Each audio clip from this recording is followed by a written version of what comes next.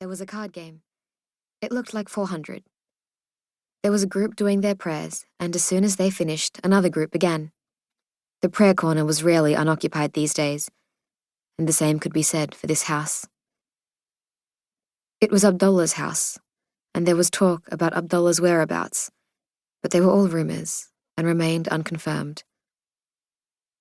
Soon he would return. Soon he would. And then there he was. Abdullah was one of the early figures. He was a legend. But if you reached out, you knew him to be flesh and blood. Jamal had spoken to Abdullah their very first day. He had called him Sir, and later realized no one addressed him like that, but the men who heard him did not laugh. His first night, he lay awake thinking about them laughing behind his back, but the next day he could not find evidence for this sense, and he gradually abandoned the idea and realized he was considered one of the men. The men passed him bread, they passed him meat, they asked him to be on their team in cards, they nudged him when they went to pray. The men took their time to show him how to shoot, how to roll a cigarette. His father was going to stomp the life out of him for smoking. That is, if he ever made it home again. Abdullah sat in the seat that was unofficially his, that was kept vacant even if the men had to sit on the floor. He always looked clean, no matter how dirty the day had been. Jamal pointed this out to someone, and the response was, "Just because we're fighters doesn't mean we live like pigs." Abdullah with his neat beard, Abdullah with his shirt tucked in. "We have lost many men today. There will be funerals, but no tit for tat, just to make sure we see an equal number of them dead.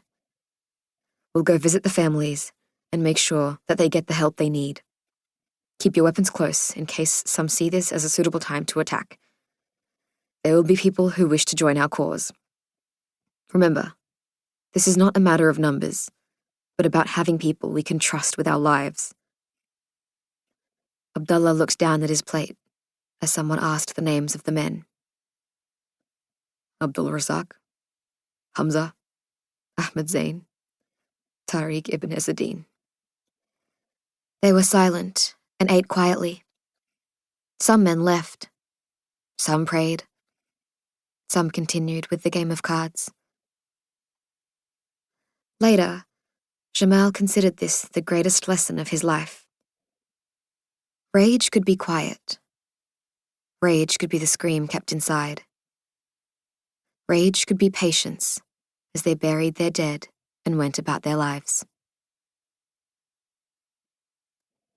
A martyr.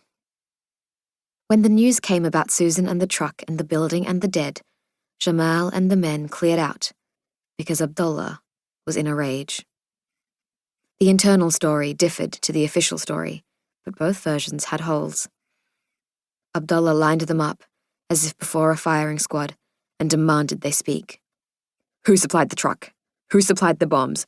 Who supplied the idea? How many of you were in on this? The location, its choice, the time of day? How did you decide she'd be the one to drive the truck? Ahmed spoke quietly. She volunteered. It was an idea we discussed, but nothing had been decided. I was involved. There were others.